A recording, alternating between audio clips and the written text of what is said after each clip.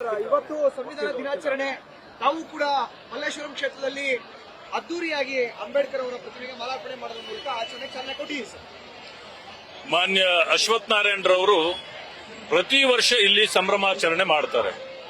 ಈ ವೃತ್ತಕ್ಕೆ ಸಂವಿಧಾನ ವೃತ್ತ ಅಂತಲೇನೆ ಹೆಸರನ್ನು ಕೊಟ್ಟು ಇಷ್ಟೊಂದು ಉತ್ತಮವಾದ ಕಾರ್ಯವನ್ನ ಅವರು ಮಾಡಿದ್ದಾರೆ.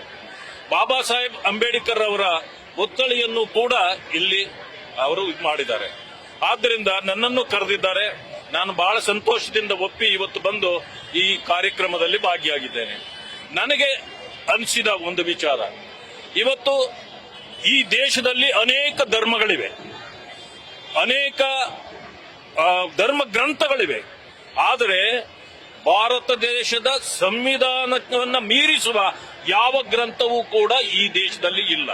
ಯಾಕೆಂದ್ರೆ ಸರ್ವರಿಗೂ ಸಮಾನ ಹಕ್ಕುಗಳನ್ನ, ಕರ್ತವ್ಯಗಳನ್ನ ಮತ್ತು ಅವರಿಗೆ ಸವಲತ್ತುಗಳನ್ನು ಒದಗಿಸತಕ್ಕಂಥದ್ದು, ಜೊತೆಗೆ ಸರ್ವರಿಗೂ ಸಮಪಾಲು ಸಮಬಾಳು ಕೊಡ್ತಕ್ಕಂಥ ಈ ಸಂವಿಧಾನ, ಇದನ್ನ ಇವತ್ತು ಭಾರತ ಎಲ್ಲರೂ ಸೇರಿ ಮಾನ್ಯ ಮೋದಿಜಿಯವರು ನಿನ್ನೆ ತಾನೇ ಹೇಳಿದ್ದಾರೆ, ಇದು ಬರೀ ದಿನಾಚರಣೆ ಅಲ್ಲ, ಇದು ಸಂಭ್ರಮಾಚರಣೆ. ಆ ರೀತಿ ಮಾಡಬೇಕಾಗಿದೆ. ನಾವು ಯಾವುದೇ ಕಾರಣಕ್ಕೂ ಈ ಸಂವಿಧಾನವನ್ನ ಯಾರೂ ಕೂಡ ಬದಲಾಯಿಸಲಿಕ್ಕೆ ಸಾಧ್ಯ ಇಲ್ಲ ಅಂತಕ್ಕಂಥ ದೊಡ್ಡ ಮಾತನ್ನು ಹೇಳಿದ್ದಾರೆ.